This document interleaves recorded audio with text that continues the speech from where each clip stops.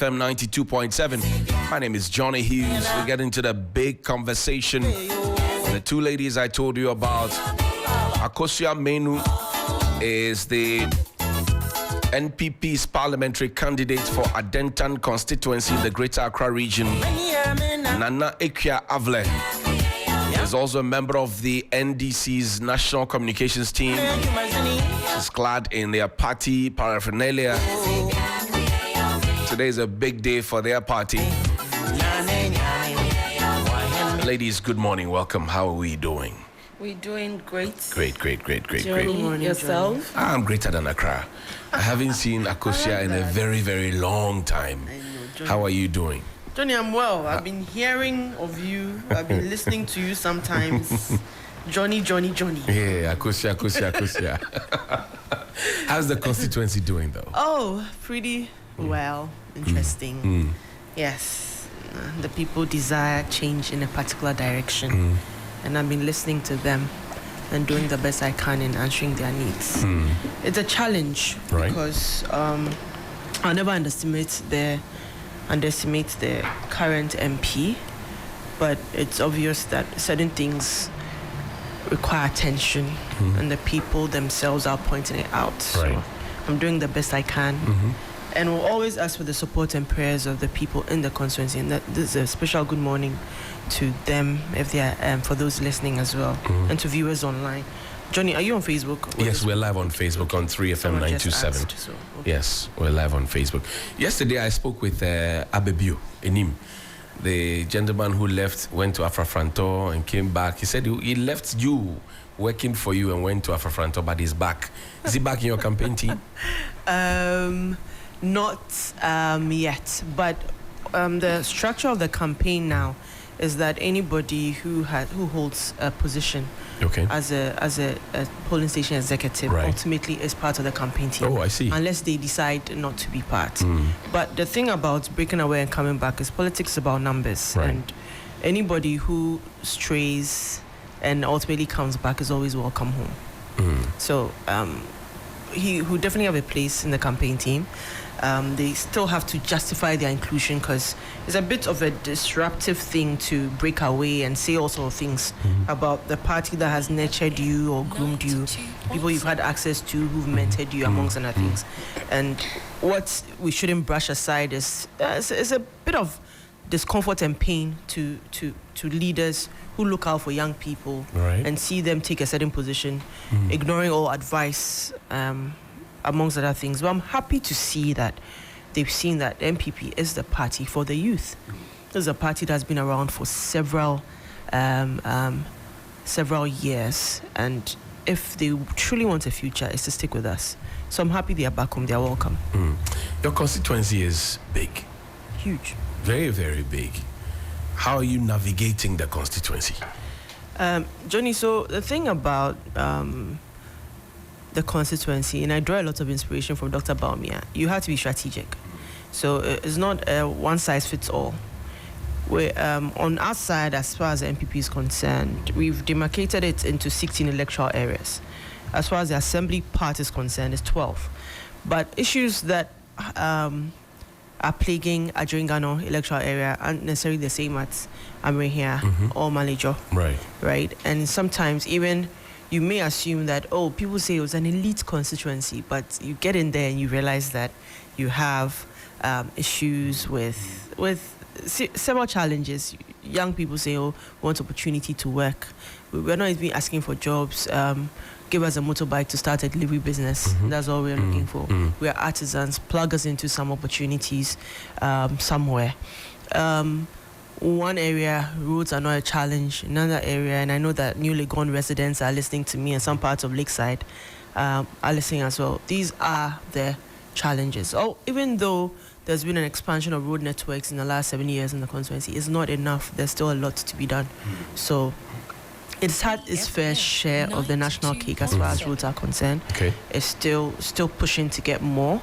3 days ago, I spoke to the I went to his office last week, Thursday, Minister Senso, and to have the conversation on what we could do, because there's a particular area that has had issues for a very long time. And we know that roads is a major conversation going to an election year.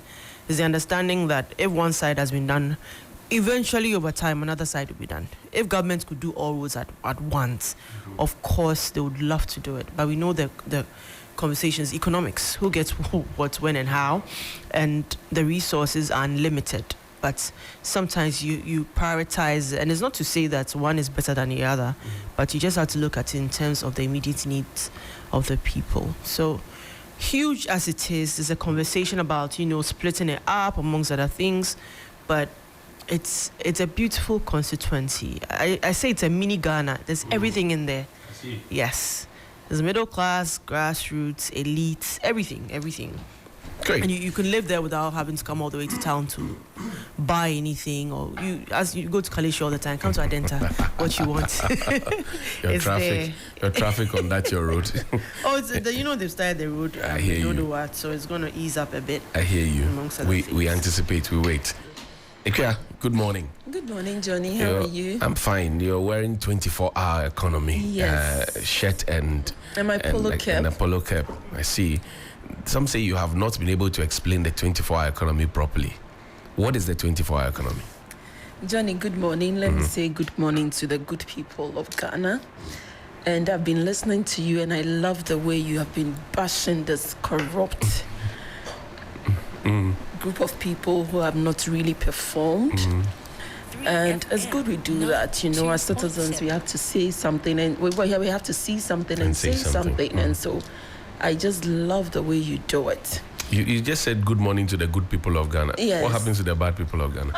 Say good morning to them too. All the people of Ghana are good, except maybe the NPP. They are the bad ones. So I'm not greeting them this morning. Akosua is a good person. They've just come to destroy the entire country, which is very bad. Anyway, Johnny, you asked about the 24-hour economy. Right. We are saying that our 24-hour economy is a deliberate policy intervention that we are bringing to the good people of Ghana. And when you travel outside the country, they operate 24 hours. And any country that does or operates the 24-hour economy, the country thrives. The country does well. And so our 24-hour economy, we are saying that it is a deliberate policy intervention that will ensure that we create more jobs and ensure that the economy does well. Because as it is, without the 24-hour economy, we don't know where we will be heading towards. We are already in a ditch. And so that's all about it. And today I am super excited, Johnny. We are outdooring our... That's right. Our running mates. But I thought that has been done already. Don't worry about that. We need to outdoor her again. It doesn't spoil anything, does it? Why? Why? Yes. Why do we need to outdoor her again and again and again? She's for the good people of Ghana. Okay. And so when we are bringing anything to the good people of Ghana, it doesn't matter how many times you bring it and outdoor her to the people for them to know that she is really still there. She's not gone anywhere. And so when we are outdooring her again, it's a big deal. People should be happy about it.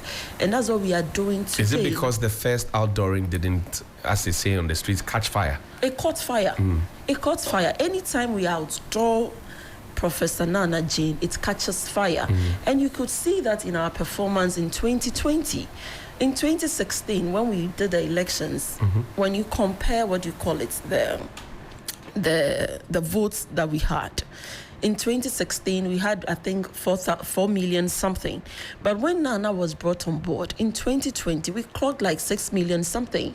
In 2020 elections, MPP had 6 million plus, and we also had 6 million plus. And it was because Nana was on board.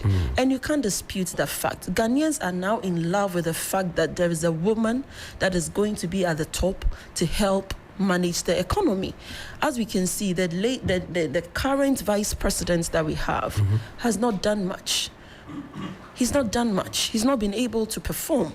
And so with a woman in charge as a vice president, Johnny, I can promise you and assure you that we will see a massive difference in this economy.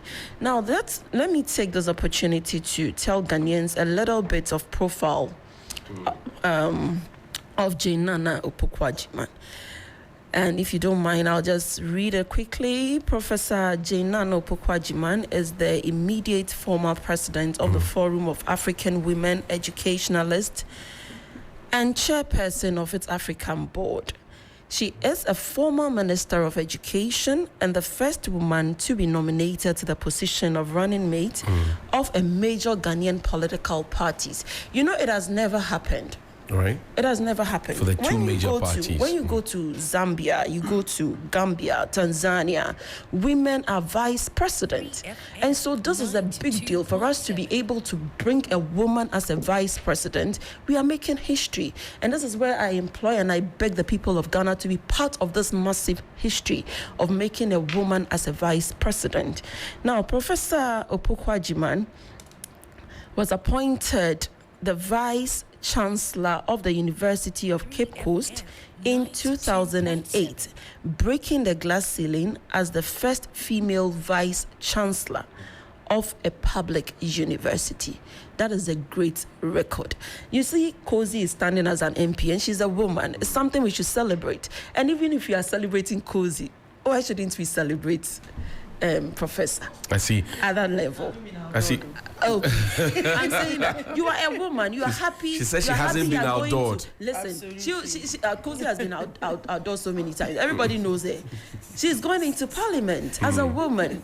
And so she's happy she's going to parliament as a woman. And Ghanaians are happy for her because she's a woman. What about his, Professor? For a strong constituency like Adenta. Yes. And then for a strong, corrupt, destroyed economy like Ghana, to have Professor Nana Jane come as a vice president is a big deal. I mean, it's beautiful. So Kozi, Nana Akua says that the vice president has not performed at all, and that if we bring Professor Jane Akua Avle in, she will perform.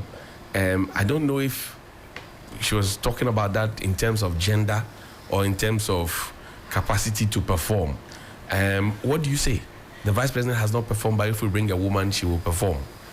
You see, so there's something about... Jenny, when you are done, I'll go back to the achievement of Professor Nana Jane, because we need to know the things she's done in the education sector, and we need to know... I'll come to you for that. Let Akosua take a bite on this one. So, Johnny, I think when it comes to the nature of our politics now, in terms of how political conversations go, in terms of how we assess issues, in terms of considerations as far as even recruiting into people into politics now, the benchmark or the yardstick now is Dr. Bawumia.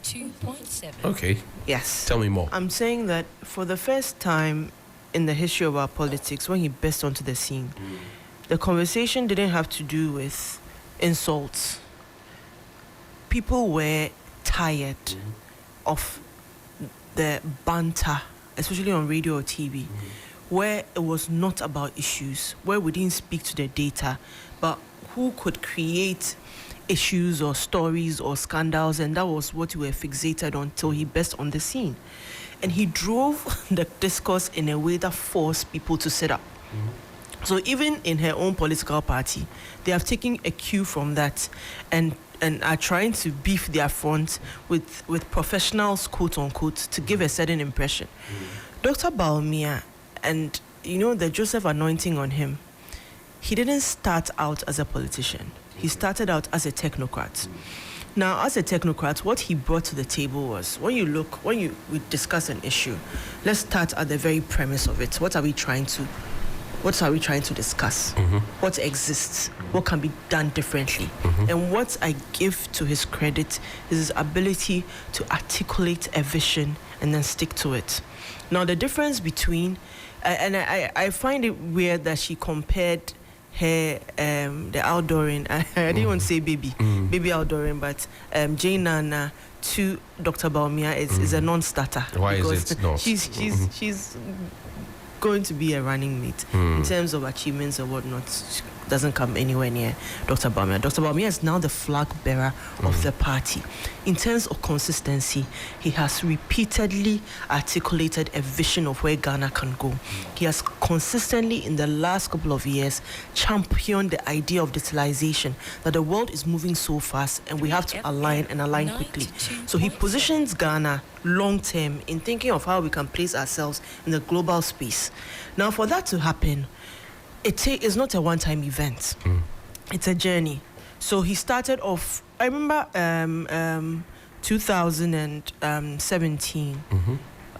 One of the conversations was what role he was going to play as vice president, right, as far as being sworn into power. And I'll give credit to the president in terms of having given him an ability to maneuver in any space. He gets the opportunity to talk. He gets the opportunity to shine, which is not the same for other presidents in the past. Think back at it, even when it came to Vice President Akar, even if social media wasn't there, I do not have a clear understanding of what Akar's vision for Ghana was, or maybe even an article on what he felt he was contributing to the presidency at the time. But Dr. Bawumia has been the perfect partner to Nana Akua.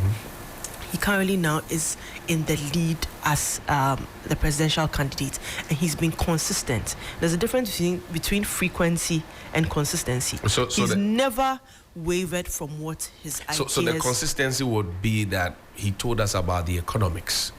He told us about the economy. He told us about exchange rate, about the lending rate. He told about interest rates. He told us about stuff at the ports. Yes. He told us about all those things. We have seen all those things skyrocket. Fuel prices, everything is just going up and up and up and up. And you say that has been consistent? I'm saying that he has not... there was a certain conversation where people were asking that, where is he? We don't see him. That's right. Oh, he's run away. And let's look back at what he's been able to do in the last couple of months after having been sworn in as a flag bearer, or having won the mandate. That was in November. Right. By December, often constituencies in the party went to the elections, right? Myself included. January, sitting MPs did theirs. February, he articulated his policy direction for Ghana, the bold solutions, UPSA. I'm not sure if you went. I was unable to attend because I didn't attend. And then currently has set up his manifesto committee. And as we speak, he's also having engagement with key stakeholders within the country. So literally in a space of 4 months, he's put his building blocks in place, as compared to another who was named as the leader last year, I believe May of 2023, chose his running mates about 8 months or so later, or it's almost a year later. After the announcement, they've dragged it a step further by announcing another outdooring. We still don't know who their campaign leaders or what the campaign team is or whatever it is. They are also struggling with the policy direction that we do not understand, because Nana Akua is a lovely sister. I mean, she tried with this 24-hour economy, but it depends on where they are and how they speak to it. On a particular station, it's about stimulating wachi sellers. On another station, it's about encouraging farmers to go to the farm at midnight. At another station is a reduction of electricity tariffs for specific people at a certain time. So that policy in itself is not even well articulated, and he's had the opportunity as a flag bearer to speak to it. Bawumia has been, if for nothing at all, has always been in the public eye, has always taken responsibility for what he said. Has he taken responsibility? Now, I have arrested the dollar and given the key to the IGP. Responsibility. The dollar is running. Responsibility and accountability for us is acknowledging that Ghana is not an island. We operate in the global context. But we're in a very bad place. We are undoubtedly, very bad place. Johnny, under his watch, we were in a bad place. I think we've taken. We are on the mend, and on the mend is not us saying is just during the week, I saw a statement from the IMF saying that Ghana is out of the woods, and it's not just. But if IMF us. is lending you money and says that you are doing well, But, I'm lending you money. I say, Akosua, you are doing well. You are doing well. If we're going to dismiss the credibility of the IMF, then it means that there's nobody else that can have an oversight. To the extent that we keep going back to them, they will keep praising us to keep coming back to Johnny, them. I believe even the Minister of Finance just ended, a session. Right. The spring meetings. Good. And even from there, the feedback was encouraging. I see. That we acknowledge, first of all, we acknowledge that we have challenges. The president, in his own statement and address, said the buck stops with me. Right. It's not necessarily that it is my vice president who takes the fall for anything. He, the president, will fall on his sword for any challenges. But what are the challenges? So what you're saying is that Dr. Bawumia has not failed? Far from it. In fact, what we hope to see and what we expect to see is the fact that what it's palpable in terms of an obvious reason to me is that for the first time there's a candidate who is knocking on the doors of an area which was deemed to be pro-NDC. But what does he have to show? For being a vice president. For people to say that, look, we are looking at what you have done now to give you an opportunity. Johnny, I think that one of the challenges for any leader is how you articulate a vision or how you speak to issues in a time of crisis. Dr. Bawumia, when we had challenges, even with fuel prices, remember the gold for oil policy? That's one aspect of it, which clearly indicates the fuel prices have not gotten any better. But it's better than what would have been if that intervention wasn't in. That's an acknowledgement we can't run away from. And when there's a crisis, it doesn't mean that everything will fall flat and normalize. It just means that it's going to be a bumpy ride till everything settles. So for him, that's one mark of a leader. The calm in the storm, finding solutions. Were we not in a time that when we had power crisis, the leader at the time said, you might as well consider not charging your phones as much. But he brought you a plant that you have renamed. I don't think it's one relocated. plant. One plant doesn't solve the problem. But you have renamed it. And the backstory of the plant is when, so Johnny, when plants move to areas, they get renamed to suit. You bastardized it. You spoke about it. You said you were going to conduct an audit. I think that if we have to go into that conversation, I'll be more than glad to, because the fact still remains that we acquired gas turbines for $230 million more than the actual price. I see. That's something that nobody can run away from. Let's bring in Ikea. Let's be fair to Ikea as well. Ikea, you were going to tell me about the credentials of Prof. You've heard Akosua talk about the credentials that Dr. Bawumia brings to the table. Consistency, is talking about excellent delivery, etc. What does Prof have to bring to the table? All right, Johnny, before I go back to Prof, let me address some of the things Akosua said. Akosua says that Bawumia has a Joseph anointing. I wonder if he had a Judas anointing, what will happen? You see, economic... Can I explain what that is? Because I think she doesn't understand what that means. Let me finish. It helps to understand it before... If she would oblige. Because if I have to come in, then the ultimate Judas will be her current flag bearer. I wonder what would have happened if he had a Judas anointing. Now, when it comes to Joseph anointing, it is His Excellency John Dramani Mahama and our vice presidents that have these anointing. You see, economic questions, Johnny, don't change over time. And when Bawumia was sitting as a deputy governor at the Bank of Ghana, he had access to all the economic issues affecting the country. And so when you take our minerals, for instance, he had access to it. He knew the exchange rate. He knew everything about the economy. As a governor, when you sit in the Bank of Ghana as a governor, you have access to all that information. It was based on that His Excellency Akufo-Addo came to declare to the good people of Ghana that, I am not too good in economics, but I have this gentleman at the Bank of Ghana who is a brain in economics. And so I am bringing him on board as a vice president. It was based on that that Bawumia was brought.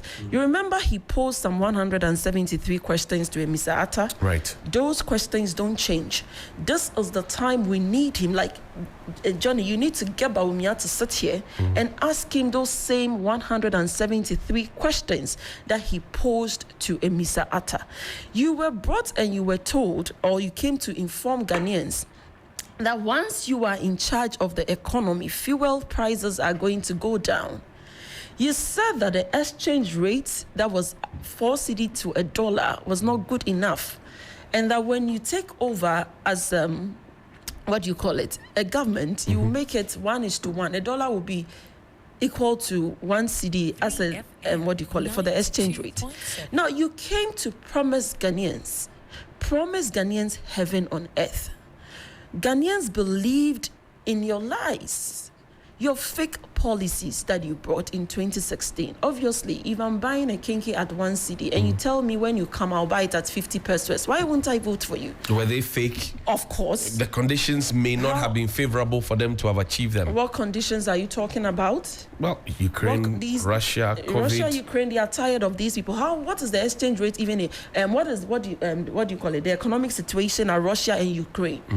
What is happening there is even better than us. We cannot carry Russia and Ukraine on our forehead moving forward. The NPP have mismanaged the economy. Today, Ghana is bankrupt. The IMF that we were told we were not going to go, the finance minister said we were not going to go to IMF. The president himself said we were not going to go to IMF. They all came up and said they were not going to go to IMF. Today, we have gone to IMF. Today, our poor pensioners have had to go on the streets and picket. Today, there has been a haircut. Everybody is struggling. Today, even fuel we cannot afford. Bawumia told Ghanaians that when the fuel prices are high and the insurance premiums are high, you have the right to vote for change. Now he took over and came to escalate everything, and they think we don't have the right to vote for change this time.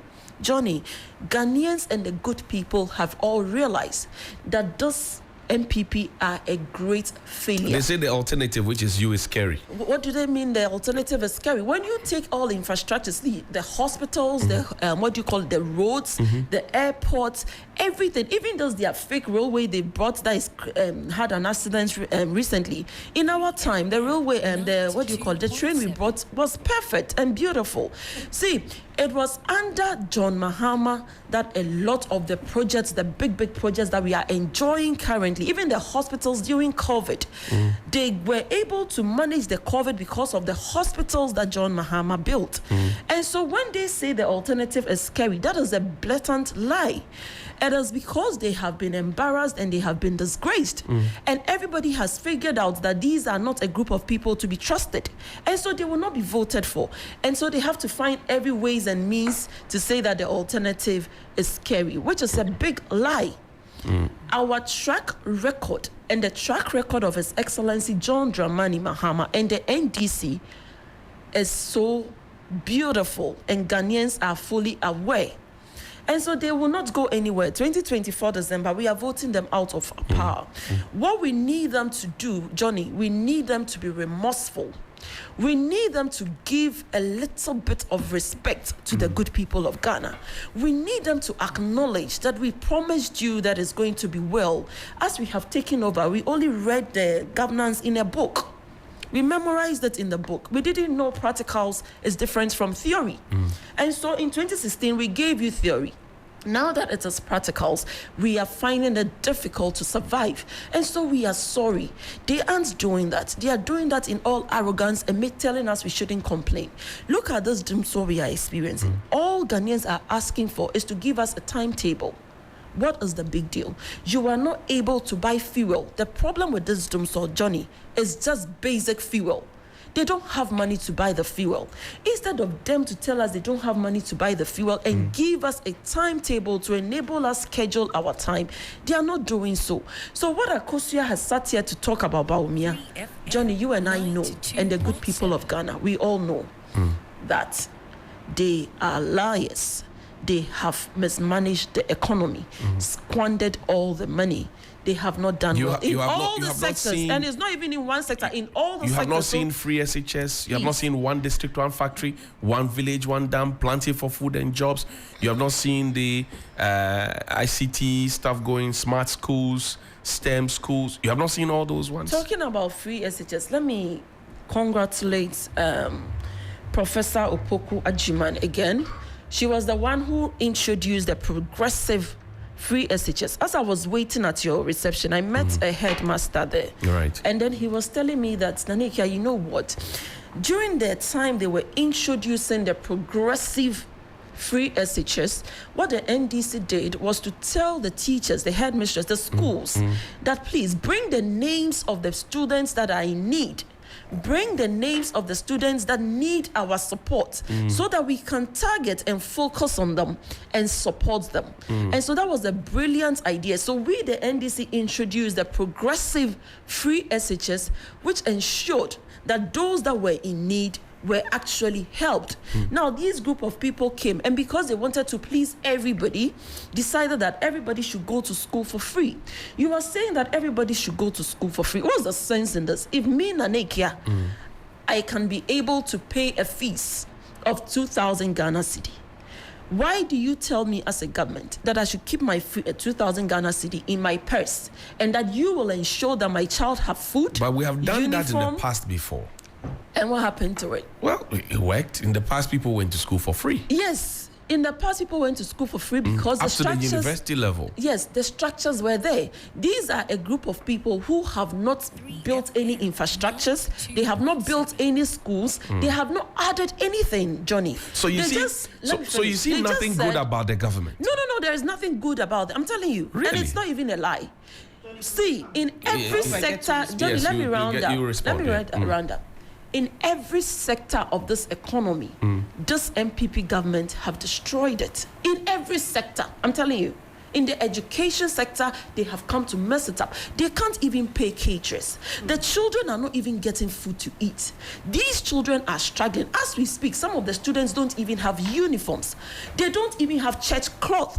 When I went to school in Infantiman Girls, we have our church cloth. When we go to the dining hall, we have food to eat. These days, about 16 children are sharing one tin of sardine. I am telling you. Their kids, I'm telling you. In which school? Oh, I don't want to mention the school. I have friends whose children go to the mainstream and they come home and they tell us, see, the fact that the teachers are not speaking doesn't mean that the free SHS they've done is 16 better. children share You know- one tin of sardine. I am telling you. How? I am telling you. See, a friend of mine whose child you need to went- substantiate your listen, claim. A friend of mine Which whose school? child, Which school is that? Listen, a friend of mine whose child went to those free SHS, returned from school, came crying to her parents that she doesn't want to go to school again. And I'm not even talking about any school. I'm talking about a Cape Coast school. You know when they say the Cape Coast schools, The which Ivy League believe- schools in Yes, Ghana. yes. So they should be okay. They are not even okay. They are not okay one bit. I see. So I am telling you on authority that this government that came to promise heaven and earth has come to spoil all the sector, all sectorial performances these people have failed, and Okay. they have failed drastically. Let's give Akosua the mic. Akosua, you have failed in every sector. Why? You know, I think that when you asked her, so she sees nothing good in the economy. She said there's nothing She good. said there You was have nothing good. destroyed everything. She said But we you had people too, destroyed- why? Why did you do that? You see, the vice president said even in his own address that he understands that by putting himself up to be voted for will be no difference from going to a job interview. He said this in his address at UPSC, which was true because it comes back to what was the vision articulated, that we're going to stabilize the economy. They were going to ensure that we had fixed DUMSO. They were going to ensure that we had created opportunity for young people. Most importantly, industrialization. Giving inclusion to the vulnerable in society, amongst others. And Johnny, all these indicators, right? As far as economic indicators are concerned, from agrig to finance to all the services, amongst others, we showed a positive trajectory up until 2020. And Johnny, this is not something that you would. It's not like I'm saying something that can be substantiated. So you know for a fact that even for their general secretary of their party, who used to be the agric minister at a certain time frame, recorded year-on-year negative growth in the agric sector, right? And they still deem it fit to still appoint him as a general secretary. He was elected. Well, yes, they still endorsed him. I mean, it literally means that it doesn't matter what you do. It doesn't matter what you can achieve or not. If we like you, endorse you. That's fine. That's their own rules. But as far as we're going to talk about having followed a certain path and having stuck to it, the MPP with Dr. Bawumia as vice president in the first term articulated a vision as captured in our manifesto. Several people, your peers included, as journalists, vetted our manifesto, and some rated it 60%. We rated it just under 80%. Why? Because 72, 74. That's still fantastic. In some schools, that's an A. In Kivas, it's a B. Or it depends on where you go to school. Yes. Kivas. So it's very tough there. In Legon, I think unless it's changed. But back then, the B plus and good. B. So why am I coming back to this? It's important for me to come to this because if a political party writes on a manifesto to sell a vision to people, and we sit back and look at what they said they would do. Did you provide free education? We did, implementing the first year of governance in 2017. Yes, it has its teething problems. Yes, it still has some challenges. We are constantly tweaking. But these are challenges that you have consistently not admitted that they exist. That's not true. So furniture, Johnny, when you talk about furniture, the education minister, the transition between Napo and Educhum, they've all admitted that there were challenges that they are constantly addressing. So at what point do we pause? No challenge at what point that do we has pause? never been admitted. The only difference you see is that when we don't. Let me tell you the difference between the two. Even with our current challenges, we admit. We push back to also let you see that progress was made in these departments till the challenges came. So if we can sit back and say that, okay, so the manifesto you presented, that manifesto, you did 72% of it. You said some said 74%. There is acknowledgement of the fact that you actually performed. Okay, as compared to, if I remember, I don't recall what the NDC was selling to Ghanaians in their manifesto in 2016. I do not recall it. But what's important is that, yes, we were chosen. And when we were chosen, we had to account to the people. And we did. But we do acknowledge, and we can't run away from the fact. And you mentioned saying, Johnny, a single act of war in a faraway Ukraine caused the price of wheat in Ethiopia to go skyrocket to the point where they didn't even get supplied. But Russia and Ukraine are declaring profits and good dividends in their investments and in the banking sector. Johnny, how are we crying more than the bereaved? Johnny, I think you know what? Do you know how the West describes Russia? Tell me. They described it as at certain point. Americans describe Russia as a gas pump. That's all they symbolize is what? Oil, right? What is oil? Do you know the value of oil? One oil block, right, can literally generate in a span of a number of years $50 billion. Do you know what that means in terms of having resources to fall back on? So even when there's a challenge, you have enough of a war chest to turn your guns and just have. Sometimes I think they were having too much. It was getting exciting for them, with the war and not necessarily the impact they had on the citizens. So they can go toe to toe and still come back and recover despite the lives lost. But you and I do not have that luxury because we are a developing country. Ukraine wasn't a developing country. Russia wasn't a developing country. But they had something to fall back on. Look at planting for food and jobs. Okay. We have invested millions of cedis into it. At least 630 or so million every year since we began. Yeah. The main staples on planting for food and jobs are rice, maize, millet, sorghum, and soya. Right? So these are the five. If you go to the market today, we still have planting for food and jobs, but maize is crazily expensive. And we can't even find local rice. If you go to the poultry farmers, and I've been in poultry before, they will tell you the soya beans and the maize, they can't buy to combine to add the chemicals to make their feed. Johnny, rice, we're still importing that much rice, all right? And the whole concept of planting for food and jobs, one village, one dam, was to have irrigation, all right? So that the 3 months gestation period for rice, we could then harvest 4 times a year. That is not happening. So when I tell you they've not done anything, allow me. So, I think when you say, so when you keep saying we haven't done anything, no, you are going to outdoor focus on me. Focus on me. Who couldn't provide chalk in schools at a certain time frame. Focus on me. The listeners will clearly know who has not done anything. I'm focusing on So you. now I'm asking the question that we have spent so much money to plant these things. But when we go onto the markets, these same things that we use for banku, atoza, fee, whatever it is, we can't find them, you know, and you go to the market, they'll tell you, oh, this is Abidjan beans. They will tell you this is maize from this place. And I ask myself, so where's what we planted? Johnny, yes, at madam. a certain point in time, okay, so as far as planting for food and jobs is concerned, the vision of the ministry, and if I listened to Brian a couple of weeks ago, is ultimately to have certain foods all year round. Right. So that the seasonal shortages, which drives up prices and what not. Now FSRP has added tomatoes and some other things. Now, that's PFJ 2.0. Good. Now PFJ 2.0. When we are talking about policies, there was a young lady who resides in Adenta. I didn't hear from her in a while. I checked on her. She says, I'm Kumasi. I said, why? She said, oh, planting for food and jobs too. I said, what's happening? She says, so we have this farmland that it's been lying idle. But when she checked the ministry, they support you with seedlings. They'll give you extra support to actually start a farm. She was actually selling rice, the local rice and whatnot. She said it was fetching money for her. But for you to make a lot of profit, you need a lot of capital to go in. And she was literally working with 30,000 CDs on and off. Now her transition or her pivot into actually becoming a farmer, for me, was a plus. Why? She knew that it wasn't that. I asked her, so why didn't you talk to me so that I find something? She said, oh, I didn't want to come to you because I wanted to understand that the system works.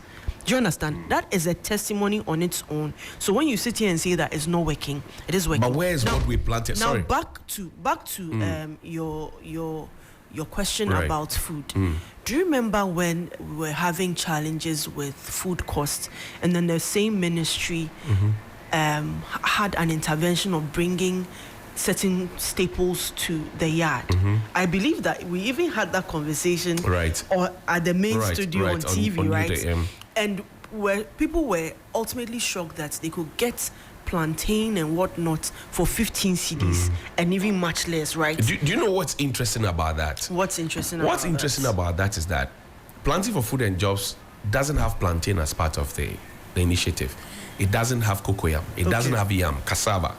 So the things that were showcased there were not things that enjoyed part of the 630 million or so in capital injection for planting for food. As far as but each time we want to showcase the plaudits of planting for food and jobs, plantain comes into the conversation. But we love plantain, chips and all those things. We eat it in volumes. Yes. So it could be that. So hold on. So that example. So now the plantain farmer is asking. I spoke with the plantain farmer because when the plantain glut first came, we went to push it out, and the rice glut in Fumbisi and all of that. They are asking the question: you don't support us. You don't give us anything to plant make our plantation. But then when we harvest, then you come and take the glory for it. The plantain farmer asked me this, and I said, as for me, I can't answer. So since you are here, I will ask you that question. Why don't you support them? But each time they harvest and it's a bumper harvest, you go and take credit for it. Look, Johnny, I'm trying to pull up some data on planting for food and jobs. Right. But even with yam, now, I cannot say if yam is part of planting for food and jobs, but it's part of 2.0. Good. But the first one, which Minister Akosua Manu, right? That's his name. But guess what? He came to showcase at the ministry, the Amadan market. Johnny, it was not part. Johnny, we have exported 34,800 metric tons of yam, right? Now, this is what some of the farmers do. If you are going to export to get forex, their commitment to local supplying the local market wanes because they get higher value from exports. Agreed. So you will be looking for the same thing that this farmer is happy to export outside. Why are they exporting outside? Because agencies like GEPA, Ghana Export Promotion Authority, is pairing outgrowers with exporters. they're pairing outgrowers with importers. So if we sit here and say nothing is happening, and that is what it shows when we go to the polls, because no matter the propaganda you do, the man on the ground, depending on what impact he's felt on policy, will judge us based on that and cast the vote. Akosua, you know, Akua raised the point. Nana Akua raised the point about you not admitting to the failings of the government. You say you have admitted. Now, Johnny, what sort of language do you want to hear a fail? Okay. If you tell me, so for instance, somebody comes and says, somebody who recorded a negative growth in agric sits on your station and says they haven't done anything agric, and you admit that, some of the foods were 2.0 PFG. And I love your honesty when it comes to this. In fact, you put your bias for plantain things aside, and then you stick to the issue. You cannot in one breath be comfortable with recording negative and have the guts to critique a government that's actually recorded positive growth in agric, that's rolled out policies that people have been beneficiaries of. Again, this comes to what I usually say, that no matter how tough things are, it's still possible to acknowledge the gains that we've made in some of these sectors. But Akosua, you admit that, or you agree that you are blaming the NDC.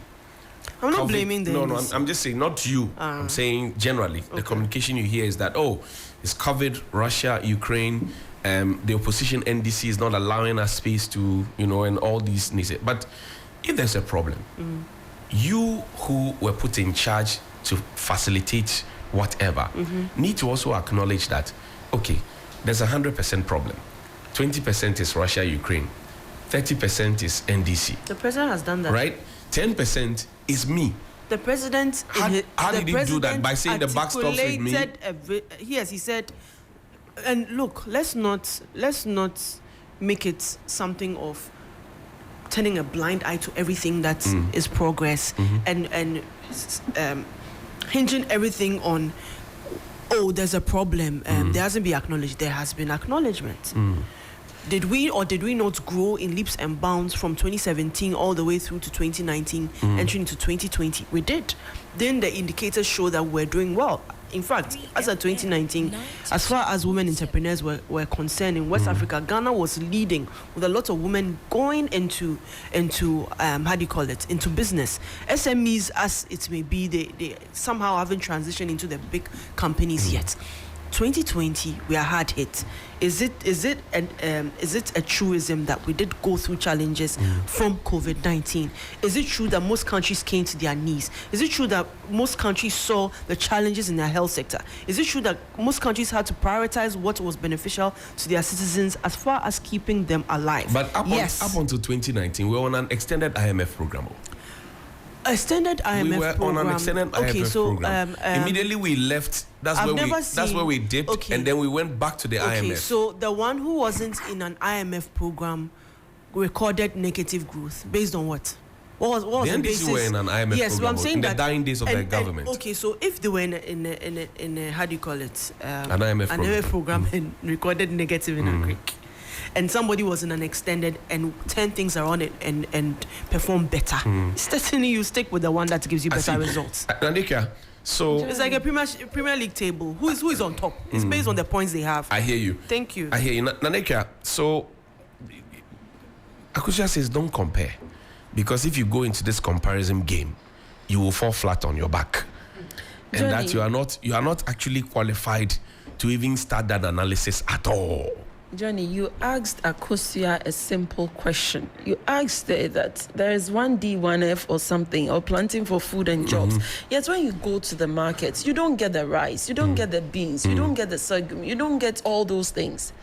And she went deviating with some girl who got some farming equipment, blah, blah, blah. That's not what we are talking about. For PFG 2.0. We are saying that we are supposed to find these products on the market. As we speak, Johnny, where can you find local rice to buy? Do you know? If you need places you can buy local rice. If you need a local rice today, because it is locally made, I am supposed to get out of TV3 and see Antiadua somewhere in the corner selling some for me to buy. It is not as common as that. And so whatever they claim they have done in the farming sector, it is not visible for us. But is it a matter of taste preference that is not making people go for it, or is because the food is not readily available? Availability. It is the availability. If you claim you are doing something with our farming community, if you are doing something with the agricultural sector, let us see. I mean, let us see it everywhere. Do you know that today tomatoes, 4 pieces of tomatoes is 10 cedis? Are you aware? Yes, I am aware. Are you also aware that Bawumia went to Malata market, picked some plantains, picked some cassavas, and told us the price of it then? Then, when you have 5 cedis, you could buy plantain 5 cedis, cassava 5 cedis, go and pound fufu and eat and enjoy yourself. Those were the days Bawumia went to Malata to go and pick those things. Today, without 30 cedis or even 40 cedis, you can't even eat fufu because you have to buy your plantain for 20 cedis, buy your cassava for 20 cedis before you can even pound fufu. We are saying that Akosua shouldn't talk about economic indicators at all. Why not? Because the economic indicators then under our tenure was far better than now. She said you recorded negative growth in agric. Let me tell you. Are you aware that we were at a junk status at a point in time? Yes. In our tenure, we're even B-, and you can't compare that to a junk status. Now, when it comes to interest rates, today, in our days, the interest rate was, I think, 25% or something. Now it is about 40%. Johnny, what that means is that when a university graduates and then wants to set up, let's say, Asana business, right, and doesn't have the initial capital to start, when they go to the bank for a loan, the interest on that loan will be 40%. And so when that person takes 10,000 from a loan, the interest calculated on it will be 40%. Now, before you set up your business, before you employ your workers, your laborers, your staff, you will not make profit. You will never make profit. Now, the city has also depreciated massively. Bawumia said he has arrested the dollar. Let us ask Akosua to tell us where the keys are and let's go and pick it and open it. Because we need it to be fixed. You see, these are a group of people that I told you earlier that read the governance in the book. It was theory to them, so they were able to just say it's blah, blah, blah, blah, blah. Now, when they took office and reality hits them, then they realize that no way, we have made a mistake. And they made so many mistakes. For instance, the banking sector collapse. What was the sense in it? It was a cleanup. The cleanup. What was the sense in it? What was the sense in it? Other people outside the country have done same. They didn't collapse all the banks or whatever. They said it was what you bequeathed to them, so they had to clean up the mess that you created. If you need to clean up the banking sector, you don't need to collapse the businesses. Let me tell you, those days I used to go to UT. You know UT Bank? Right. They had good customer Captain service. Moabin's bank. Yes, they had good customer service. GT Bank, what do you call him? The CPP. Indum's bank, GN Bank was all over the place. You could go to the interior somewhere in the north somewhere, you will find GN Bank there operating. If you needed to clean up, you could have even changed all the managers, all the directors, and sack all of them. Hold on to the bank as in the bank, bring your own people on board and make it better. There was no sense in collapsing all those banks. There was no sense in it. All right? Now, they took office. They have done so many, permit me to use this word, very senseless decisions. Are you not being too hard? No. Some of the decisions these group of people have made as a government, Johnny, it's surprising. You ask yourself, I mean, how? Why did you make all these mistakes? Why did you tell us that you are an economic messiah, an economic risk kid? Took over, sat in your office and made all these mistakes, all for what? Today, taxes. You remember they campaigned also based on taxes, that the taxes were high. You remember those days they did some kumipreko led by Akufo Addo himself because of taxes. Are you aware? Now they took over, they have 1995. Yes. They took over.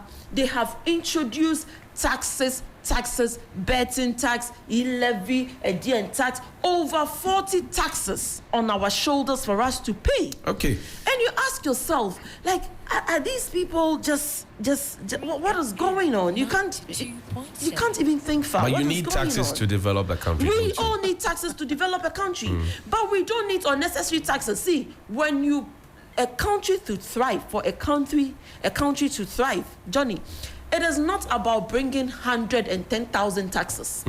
It is about how you utilize your revenue. And I always say it on any platform I sit. Right. It is about utilizing your revenue. It's about allocating your revenue into the various sectors and making sure that the sectors are working. I see. Akosua, is Dumso back? Johnny, it's a good question. Last night, I watched one of your colleagues address the issue and narrated a conversation he had with the Deputy Minister of Energy, Herbert Krapa. And according to him, in 10 days, every whatever issue we are facing right now will be put to an end. So is it back? I think that the best person to answer that question would be Nana Akua, since she said they solved Dumso. So certainly Dumso isn't back. It's not Nana Akua who said it. So Dr. Baumia said that. No. In fact, the president actually tweeted and said that they fixed Dumso. Yes, it doesn't deserve any credit for fixing Dumso. So there's something this was on Nanadu's Twitter. So what happens is when the lights are on, JM fix it. When the lights are off, it's Akufo-Addo's problem. There's a billboard mounted at La Paz where it has the former president on there with a statement saying that he has fixed Dumso. But in the last couple of weeks, stretching almost to 2 months, the conversation is that Dumso is back in that. This is your 8th year. So how do you go back to... The beauty of it is you can actually testify that in 7 years, the power has stayed on. So what did you inherit? Why now? So what did you inherit then? What we... the conversation about Dumso was never about capacity. It was about the ability to pay for the power. And we kept it on for 7 years. Some of the challenges that have been experienced, the back and forth, and I think GridCo has a lot of explanation to do, because as far as I'm concerned, with a little energy economics I know, ECG distributes the power, GridCo supplies it. Right.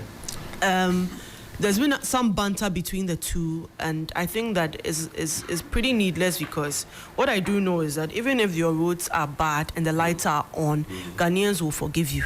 But if your roads are having some challenges and you go home and the lights are also off, it's the ultimate sin. So we as a government certainly understand the challenges. Last weekend, and apologies to the King's Cottage, some parts of East Legon, they had a major issue, 18 hours of no power, and it was because of a gas supply trip. Right. And for those issues, you've seen in the last 7 years, immediately there's a challenge. ECG posts on their Facebook and on their website as well. So it is not, I think it's... But the Ghanaian people are paying for power. For example, as we sit here, we all have prepaid meters. We have bought power ahead. Yeah. We don't want the explanations. Exactly. We want the power. We want the power. So as I said, the best answer or the best news I've heard, that was last night, whilst listening to Good Evening Ghana, as the Deputy Minister says, and he actually said Paul could quote him that in 10 days is going to end. Now you see, there are certain words like senseless, borderline, there's no sense, blah blah blah. I mean, I could ask that, what was the sense? What is more senseless in using our taxes for bus branding? We've been there. What is more? The money was returned. What is more? Jafar Ativo resigned. Well, we have seen so many scandals. There's another PDS, one. You're not talking about SML. We have the opportunity to take it. We'll have the opportunity. I wrote to Al Jazeera. The opportunity to go to court if need be and resolve the issues. Last week, the ultimate sentencing, where now Interpol is on the heels of how do you call it?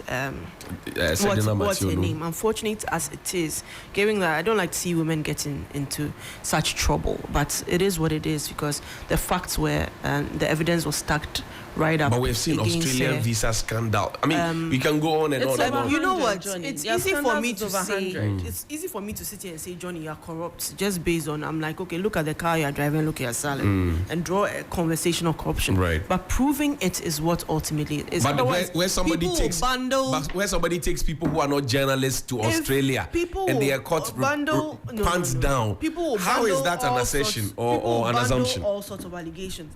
But the ultimate question I wanted you to ask, which you didn't when it came to Nana Akua, was that even despite before COVID-19 hits, the economy was growing at an average rate of 4% per annum, as compared to theirs, where it grew.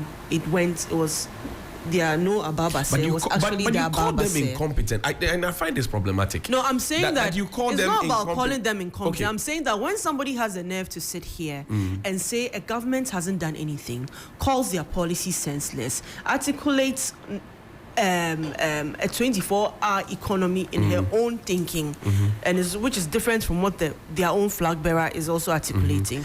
And the question is, how do you have the audacity to actually say nothing has happened when you have recorded negatively, I hear you, consistently for 4 years, and for which you were rejected? I hear you. Thank you very much. Current power cuts. Some people are saying that you made mention of this. You use this as a campaign against John Mahama, and now we are experiencing a worse situation under President Akosua Manu. Would it reflect in the 2024 election? Would it be something that people will stand on to vote? If you are comparing 4 years, MPP administration, energy sector is 300 times better than John Mahama. But we are still experiencing doom so. Nobody has said we haven't. I'm just saying it's far much better than John Mahama ever did. You do admit that there's doom so. That is the word you used. I have never used that word. I've promised you that we are going to work on it. And it's not a work that is a single event. It's a process. And we'll continue to work on it for the energy sector to become better. Have you heard of calls for a timetable? Ask those who want it to bring it. They should bring the timetable. If there is, I haven't seen any timetable. So when People are calling. I say bring a timetable, what do you mean? The ECG says that there's no timetable coming. Why do you want to bring a timetable?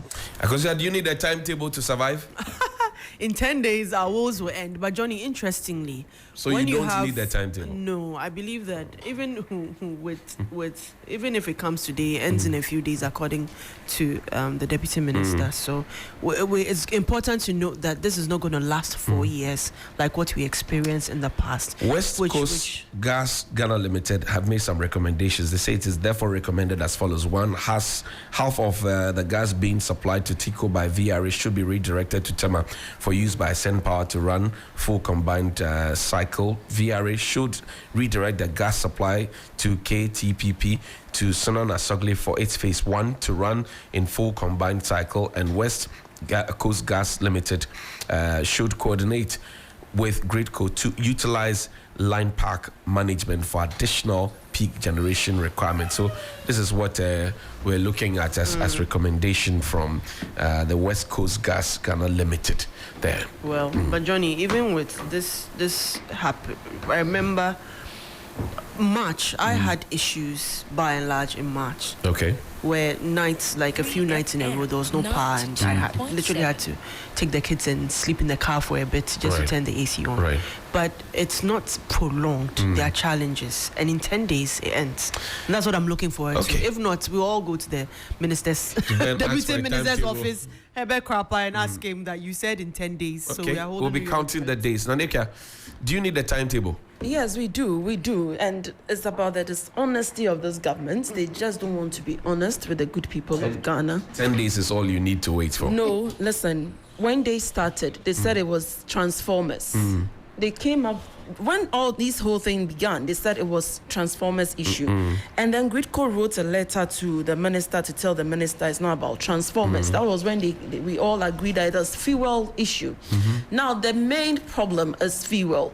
If this corrupt government is able to pay for the fuel, doomsday will cease. So if they are saying that we'll see some miracle in 10 days, it should happen, because we need the time table. We need timetable to help us plan our lives. In our time, when there was doomsday, we brought a timetable. Right. And so we need that timetable. And insulted us And in in addition. conclusion, let me invite everybody to the UPSA today. We are outdooring our beautiful woman, a woman with integrity, a woman who has done so well in academics, and therefore she is the upcoming Vice President of the Republic of Ghana. I And hear so you. everybody It's at 2 p.m. is yes. UPSA. Yes, everybody. Okay. Johnny, you are invited. Everybody is invited. I don't have a Thank you. habit of attending those events. I have a very bad habit of not attending those events. But I thank you very much indeed for your time. Thank you to Johnny Akosua for having Manu us. is the NPP's parliamentary candidate for the Adenta constituency in the Greater Accra region. Hopefully, she wants to go to parliament. She says she's been crisscrossing the constituency and working so hard. And also, Nana Akua Avle is a member of the NDC's national communications team. They have a big outdooring today. And we'll see how it goes. Thank you, ladies, for your time. And President Nana Akua Avle had just given directives regarding the GRA SML deal. You remember that the recommendation had been pushed out there for a full audit to be conducted by KPMG. Well, the report is out. We will share the details with you as my colleague Duke Opoku-Mensah joins me in studio. Helena Piampo, for the President of the Republic, again I say, has